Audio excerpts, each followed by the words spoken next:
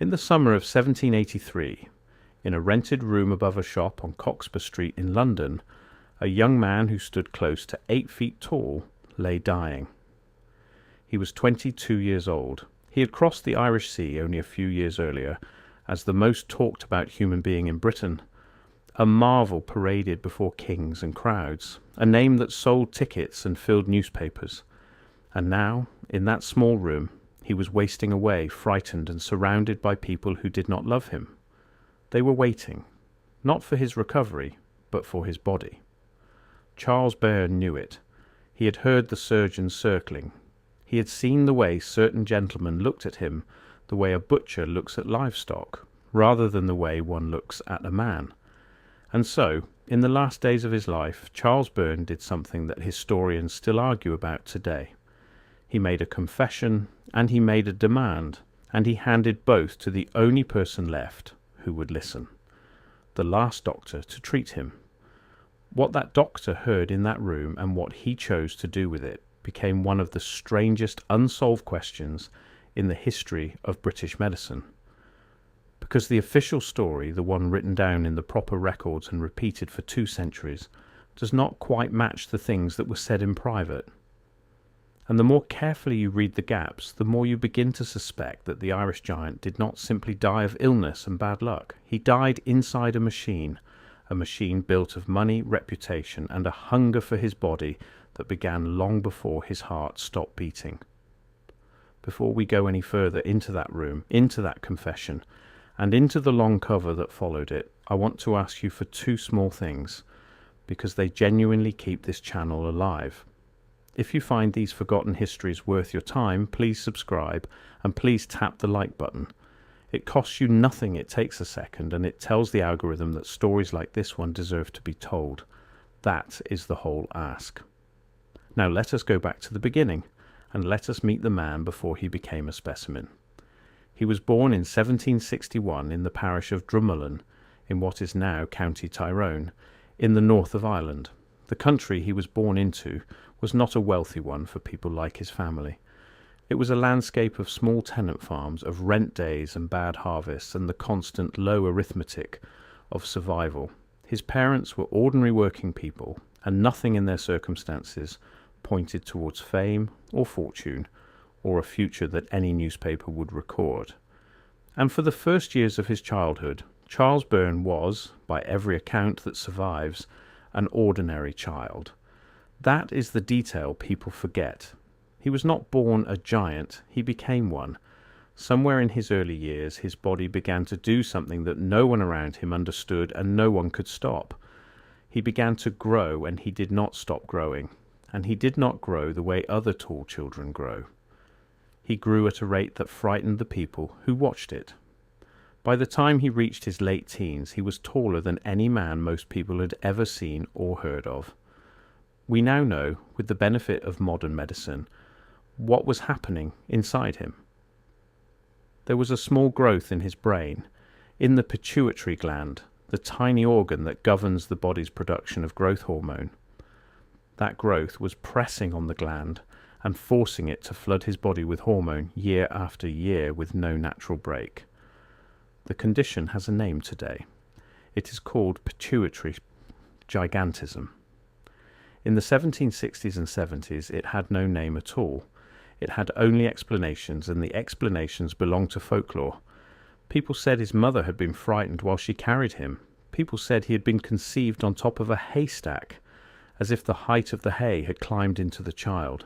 Nobody said the word tumour, because the word, in that sense, did not yet exist for them. And so a boy grew up inside a body that the world could only explain with stories. And the stories, almost from the start, were worth money. That is the part of this history that matters most, and it is the part most often left out of the gentle retellings. Charles Byrne's height was not simply a personal misfortune. It was, very quickly, an asset. And the 18th century had a well-developed and entirely legal industry for turning unusual human bodies into income. They called it the exhibition trade. Across Britain and Ireland, in the back rooms of taverns, in hired halls, and in dedicated showrooms in the capital, People paid to look at other people. They paid to see those who were unusually short, unusually tall, unusually heavy, those born with visible differences, those whose bodies fell outside what the paying public considered ordinary. It was an economy, and like every economy, it had managers, promoters, agents, and middlemen. The demand was the curiosity of a paying crowd. The supply was a human being. And when word travelled out of County Tyrone that there was a youth there of genuinely extraordinary height, the managers of that trade understood immediately what they were hearing. They were not hearing about a person. They were hearing about a product that could walk to London on its own legs and save them the cost of transport. We do not know the exact terms of the arrangement that brought Charles Byrne out of Ireland. We do not have a contract, and for a poor family dealing with a promoter, one very likely never existed. What we do know is the pattern, because the pattern repeated itself across dozens of similar lives in the same period. A promoter would identify a person whose body could draw a crowd. He would approach the family or the person directly, and he would make an offer that to people living close to poverty sounded like rescue. There would be talk of wages, of fine clothes, of travel, of meeting the great and the wealthy, of being celebrated rather than pitied. And underneath all of it, a transfer of control. The person being exhibited became, in practical terms, the property of the show. Their time, their movements, their name, even the story told about them, all of it was managed by someone whose income depended on keeping the attraction profitable. Charles Byrne arrived in London around 1782, and the city that received him was the largest and richest in Europe, with an enormous appetite for spectacle, and the disposable income to pay for it. He was advertised under names designed to sell. The Irish giant, the tallest man in the world. Sometimes he appeared under the grander sounding surname O'Brien, because a promoter understood that a name could be branding, and a name that suggested ancient Irish kings sold better than a tenant farmer's name. The advertisements made enormous claims about his height: 8 feet, 8 feet 2, 8 feet 4. The numbers grew with every printing because the numbers were marketing rather than measurement, and there was no one with any incentive to correct them. For a short while, it worked. It worked spectacularly. Charles Byrne became one of the sensations of the London season. Crowds came, money came. He was received by fashionable society as a curiosity to be collected, an experience to be had and described to one's friends. There are accounts that he was brought before the royal family. He was, for a brief and brilliant window, exactly what the promoters had promised the frightened young man he could be. Famous, talked about, surrounded by the rich. But here is where we have to be honest about what that fame actually was, because this is the heart of the whole story. Charles Byrne was not a performer in the way an actor or a musician is a performer. He had no act. He had no skill being displayed. The thing being sold was simply his body, standing in a room being looked at. The product and the person were the same object. And that meant something dark and specific. His commercial value was located entirely in his physical form, not in what he could do, in what he was. And there was one group of men in London who understood that fact better than the promoters did, and who were already quietly planning for the day his body would become available in a far more permanent way. Those men were the anatomists, the surgeons, the collectors of medical specimens. To understand why Charles Byrne spent the final months of his life in genuine terror, you have to understand the world of 18th century anatomy, because it was not the calm and respectable profession the word suggests today. It was a competitive, hungry, and frequently lawless business. The study of the human body was advancing rapidly, and that advance ran on a single raw material. It ran on corpses, and the legal supply was tiny. Anatomists needed bodies to dissect, to study, to teach from, and to display in their private collections. The law permitted the dissection of executed criminals, and almost no one else. Demand vastly outstripped that supply, so a black market grew to fill the gap, an entire shadow economy of men who robbed fresh graves by night and sold what they dug up to surgeons who asked very few questions. These men were called resurrectionists because they raised the dead for a price. The surgeons did not dig the graves themselves. They simply had to be willing to pay, and to look away from where the merchandise had come from. And within that grim economy there was a hierarchy of value. An ordinary corpse was worth a certain sum. But a body that displayed a rare condition, a skeleton no other collection possessed, was worth far, far more. It was a trophy.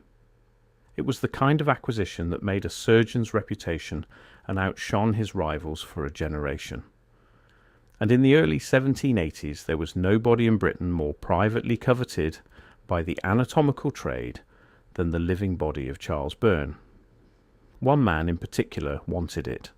His name was John Hunter, and to this day he is remembered as one of the founding figures of modern scientific surgery, a man whose contributions to medicine were genuinely vast. That reputation is real. But John Hunter was also a collector, and his hunger for specimens was famous and, by the standards of any age, extreme. He maintained a private museum of curiosities that ran into the thousands of items. He paid body snatchers. He pursued unusual remains with a determination contemporaries described as relentless. And he had, by the accounts that survive, fixed his attention on Charles Byrne well before Byrne fell ill. There are stories that Hunter employed a man to follow the giant, to keep him under observation. Whether or not every detail is accurate, the underlying situation is not in dispute. A celebrated surgeon wanted a living man's skeleton, and the living man knew it. Imagine being 21 years old, far from home, already exhausted by the strain your own body places on you, and knowing with certainty that powerful and wealthy men are not waiting for you to recover. They are waiting for you to die, so they can take you apart and put you on a shelf. That was the psychological weather of Charles Byrne's final year, and his health was failing. The same condition that had made him famous was, by its nature, shortening his life. Pituitary gigantism, untreated, is hard on the body. The heart strains to serve a frame far larger than the human design anticipates. The joints suffer. By late 1782 and into 1783, Charles Byrne was visibly weakening, and as his health declined, so did his income, because his income was his health. He could only earn while he could stand before a crowd. A giant too ill to be exhibited earned nothing. A giant in decline was a depreciating asset, and the people around him understood depreciation. The accounts describe a man drinking heavily, and it is not difficult to understand why. He was young, he was dying, he was being hunted, and the fame promised to him as a kind of love had revealed itself to be something colder. Then came the theft, and the theft matters enormously because it tells us exactly how alone he truly was. Charles Byrne had earned money. Despite everything taken by promoters and managers, he had managed to accumulate savings. By some accounts, the sum was around £700, a genuinely large amount for the time, a sum that could have changed his family's circumstances for a generation. He kept it, the accounts say, in banknotes close to him because a man who trusted no one had nowhere safe to put his trust. And in the spring of 1783 that money was stolen, the entire sum, or very nearly all of it, gone. He was said to have been in a tavern, drinking, and to have had the notes taken from his pocket. Whether it was a stranger or someone closer to him was never proven. But consider what that theft did. It took from him in his final weeks the one thing that gave him any power at all. The money was his only leverage. It was the only resource he had to arrange his own protection, to secure the one outcome he was desperate to secure. With the money gone, a dying man who was already being hunted now had to face the surgeons with empty hands. And it was in that condition, ill, robbed, frightened, and running out of time, that Charles Byrne began to make his arrangements anyway, and began to speak to the last doctor who would treat him. Here we have to be careful and honest about what the historical record actually contains. We do not have a signed witness document in Charles Byrne's hand titled A Confession.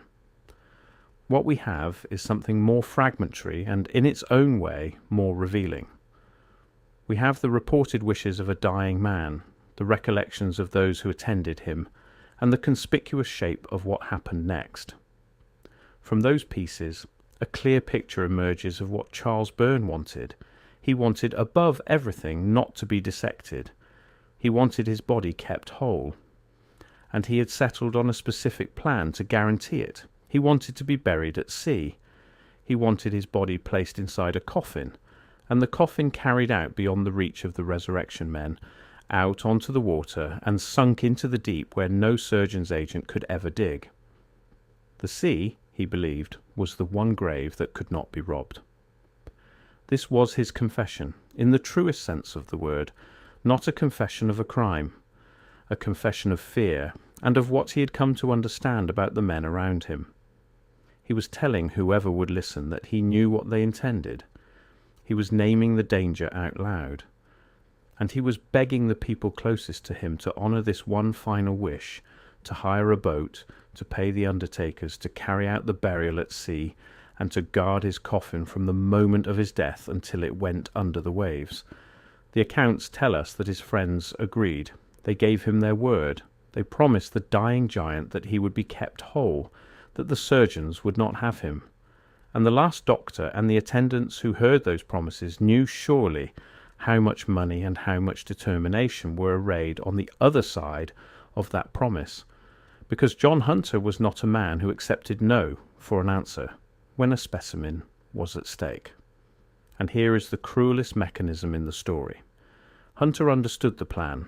The intention to bury Byrne at sea was not a secret, and a man with Hunter's network would certainly have learned of it. So Hunter did not try to overturn the plan by force or by law. He did something more effective. He targeted the weak point. The weak point was not the dying man, whose resolve was absolute. The weak point was the chain of poor and ordinary people who stood between Charles Byrne's body and the water, the friends, the undertakers, the men who would carry the coffin and stand guard. Every one of them could be reached. Every one of them had a price, because every one of them lived close enough to need money. And Hunter had money and was entirely willing to spend it. The figure that comes down to us, the sum Hunter is said to have ultimately paid to obtain the body, is extraordinary. £500, by some tellings even more, the bribe escalating as it passed through more hands. £500 in 1783 to buy a corpse. It tells you with brutal clarity exactly how much that skeleton was worth to him, and exactly what scale of betrayal was being purchased. Charles Byrne died in June of 1783. He was 22 years old, and almost immediately the promise made to him began to come apart, exactly along the lines that John Hunter had identified. The body was placed in a coffin, and arrangements for a sea burial did, on the surface, proceed. There was a procession, and the appearance of the dying man's wish being carried out. But somewhere between the room where he died and the water that was meant to receive him, the plan was hollowed out from the inside. The most widely repeated account tells us that the men entrusted with the coffin were bribed, and that during a pause in the journey to the coast, very likely while the coffin was left overnight at an inn, the body of Charles Byrne was removed from it. In its place, the accounts say, the coffin was filled with stones, enough to match the weight of a very large man. The coffin, now containing only stone, was carried on, sealed, and sunk into the sea with full and convincing ceremony. The water closed over a box of stones. The man it was meant to protect was already travelling in the opposite direction, back towards London, towards a back room, towards the very fate he had spent his last months trying to escape. What happened to the body once Hunter had it is not pleasant to describe, but it is necessary, because the speed and secrecy of it are themselves evidence of a guilty conscience. Hunter did not display the body. He did not announce his acquisition. He did the opposite. He moved fast, and he moved in secret. The accounts tell us that Hunter had the body taken to a property he kept outside the centre of London, and that there, rather than preserving the skeleton through the slow, careful process, an anatomist would normally use for a prize specimen. He had the body cut into pieces and boiled. Boiled in a great vat to strip the flesh from the bones quickly. This was not the method of a man proudly preparing a centerpiece. This was the method of a man destroying evidence, a man who needed the recognizable corpse of Charles Byrne, a body that hundreds of Londoners had seen alive, to stop existing as a corpse and to start existing as a clean, anonymous, deniable set of bones as fast as physically possible. The haste, the secrecy, the boiling, all of it is the behaviour of someone who knew that what he had done would not survive daylight. Hunter himself, in the years that followed, was notably quiet about the skeleton. He did not put it on public show for a long time. He waited, he let the years pass and the witnesses fade. So now we can return to the question this whole story turns on. What did Charles Byrne confess, and what did the last doctor who treated him do with it? The confession itself was not a dark secret about Byrne's own life. It was something simpler and sadder. It was a dying man stating plainly that he knew he was being hunted, naming his fear, and entrusting his last wish to people he hoped he could trust. The deeper confession, the one written not in his words but in the events themselves, is a confession the whole episode makes on behalf of an entire system. It confesses that in 18th century Britain, a poor man's body was not fully his own, not in life and not in death. It confesses that fame for someone like Byrne was never protection, but only a way of raising his market price. It confesses that the line between medicine and grave robbery, between the respectable surgeon and the criminal resurrectionist, was not a wall but a curtain, and money passed through it freely. As for the last doctor who treated him, here the record forces us into a more uncomfortable place. The medical men who attended Charles Byrne in his final illness were not separate from the world that consumed him. They were part of it. The same profession that sent a doctor to ease the giant's last days was the profession whose most celebrated member was, at that very moment, arranging to seize his corpse. Whoever stood at Byrne's bedside at the end was treating a patient that the surgical establishment had already, in effect, marked for acquisition. And so, the figure of the last doctor becomes a mirror held up to medicine itself. He represents the better instinct, the duty to care for the suffering person in front of you, and he stands one room away from the appetite that saw that same person as a specimen to be harvested. The tragedy of Charles Byrne is that those two instincts wore the same coat, belonged to the same institution, and that when they came into conflict, it was the appetite, funded by £500, that won. The doctor's confession, if we can call it that, is the silence that followed. Whatever the men who attended him knew about the bribed undertakers, about the stones in the coffin, that knowledge did not become a prosecution. It became a story told in lowered voices, the kind of thing everyone in a profession knows and no one writes down. The cover was not a single dramatic lie, it was the ordinary collective decision of a great many people to look away, because the man who had done the thing was too important, too useful, and too powerful to confront. For more than 2 centuries after his death, that decision held. The skeleton of Charles Byrne was eventually placed on public display in the Museum of the Royal College of Surgeons in London, in the collection that bore John Hunter's name. It stood in a glass case, towering, lit, labelled, looked at by generations of visitors and students. The very fate he had begged, with his last strength to be spared, was carried out and then maintained deliberately year after year by the institution that had taken him. Medical researchers studied him, and that study, it must be said fairly, was not without value. In recent decades, examination of the skeleton helped scientists identify the genetic basis of his condition, a particular inherited mutation affecting the pituitary, and that finding connected Byrne across the centuries to living families in the same part of Ireland who carry the same gene.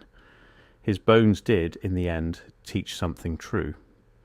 But that knowledge does not settle the question, it only sharpens it. because the entire defense of keeping him on display, the argument that science required it, has to be weighed against the plain and well-documented fact that the man himself clearly, repeatedly, and desperately said no. He was not asked. He was overruled by a bribe, and then his refusal was overruled again by every passing year that his skeleton remained in that case. The argument over what to do about that did not fade. It grew. For decades, historians, ethicists, doctors, and members of the public pressed the same uncomfortable point. A museum was knowingly displaying human remains obtained against the explicit dying wish of the person they belonged to. The fact that the acquisition was old did not make it clean. The fact that it had scientific use did not erase the theft. Calls were made again and again for the skeleton to be removed from display, and for Charles Byrne finally to be given the burial he had asked for. Eventually, the institution that had held him for so long was forced to reckon with the question directly. When the Hunterian Museum closed for a long period of renovation, the debate reached its sharpest point, and a decision was finally taken that his skeleton would not return to public display. The towering figure in the glass case, the spectacle that had outlived the man by more than 2 centuries, was, at last, taken down. It was a real and meaningful change, an admission, however late, that the wishes of the dead poor man counted for something. And yet even that was not the full ending he had asked for. Removal from display is not the same as burial at sea. The story does not close with a clean and satisfying funeral. It closes, instead, in unfinished business, with a man's last wish still only partly honoured, more than 240 years after he made it. So what, in the end, did the Irish giant confess before he died in 1783? He confessed that he was afraid, and his fear was completely justified. He confessed that he knew the men of medicine were waiting for his body, and they were. He confessed his trust to friends and asked them for one thing, and that trust was bought out from under him for £500 before his body was even cold. The last doctor who treated him received not a guilty secret, but a desperate, dignified, and reasonable request, the request of a human being not to be turned into an object. And the deepest confession in the whole affair was never spoken by Charles Byrne at all. It was made silently and continuously by the system that took him, by the surgeon who boiled a famous body in secret to destroy the evidence of how he got it, by the undertakers who carried stones to the sea and called it a man, by the institution that kept the stolen skeleton lit and labelled for 2 centuries and called it science. We are taught to picture 18th century progress as a story of brilliant men and noble institutions lifting humanity towards knowledge. And some of that is true. But underneath the marble and the reputation, the machine ran on bodies, and it did not ask the bodies for permission. And when a poor man dared to state a wish of his own, the machine simply bought its way around him and kept moving. Charles Byrne spent his short life being looked at. He asked, at the end, only to finally be unseen, to be allowed to disappear into the deep water and rest. The fact that we are still arguing about whether to grant him that after all this time tells you that the machine he died inside has still not fully let him go.